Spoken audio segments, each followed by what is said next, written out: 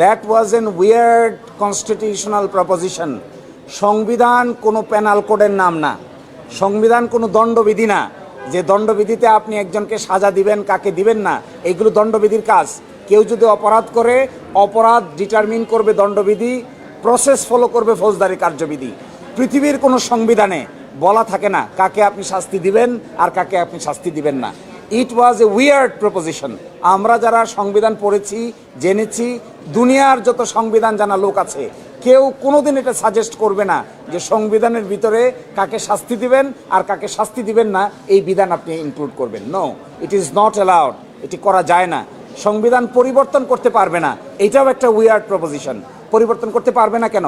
আজ থেকে 20 বছর আগে বা দুনিয়ার যে হালত ছিল, আজ থেকে 20 বছর পরে কি দুনিয়ার হালত পরিবর্তন হয় নাই?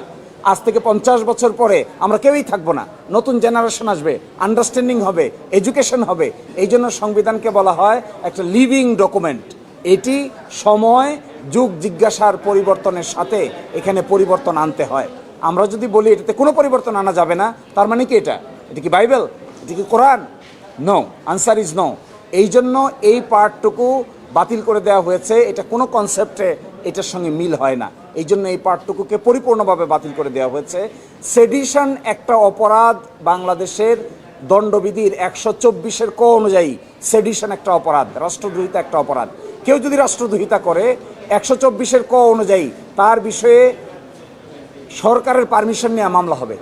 তিনি যদি এটা ভায়োলেট করে থাকেন তাহলে তার বিচার হবে। সংবিধান কি করে বিচার করবে?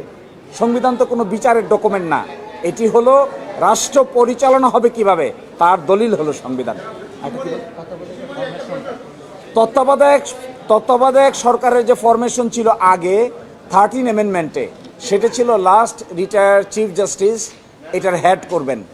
আপনারা জানেন যে ওই জাজমেন্টটা রিভিউ হয়েছে, রিভিউ হয়ে আপিল অ্যালাউ হয়েছে, অর্থাৎ 13th অ্যামেন্ডমেন্ট আবার ফিরে এসেছে।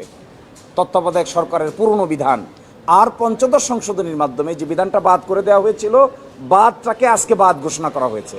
ফলশ্রুতিতে তত্ত্বাবধায়ক সরকারের গঠন প্রক্রিয়া কি হবে এটি চাইলে পার্লামেন্ট 13 অ্যামেন্ডমেন্টের সঙ্গে যোগ বিয়োগ করে ঠিক করতে কোনো আইনগত বাধা থাকবে না।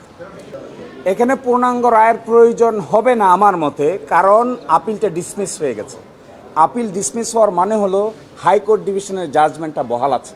হাইকোর্ট ডিভিশনের জাজমেন্টের পূর্ণাঙ্গ কপি আমাদের কাছে আছে। সুতরাং আইন মন্ত্রণালয় বলি আর সংসদের সামনে নতুন করে আপিলের ডিভিশনের জাজমেন্ট থেকে দেখার কিছু থাকবে না। ডিসমিসড না হয়ে যদি অবজারভেশন হতো, ডিসপোজড অফ হতো, তাহলে অপেক্ষা করতে হতো।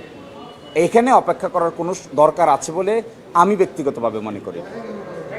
Thank you.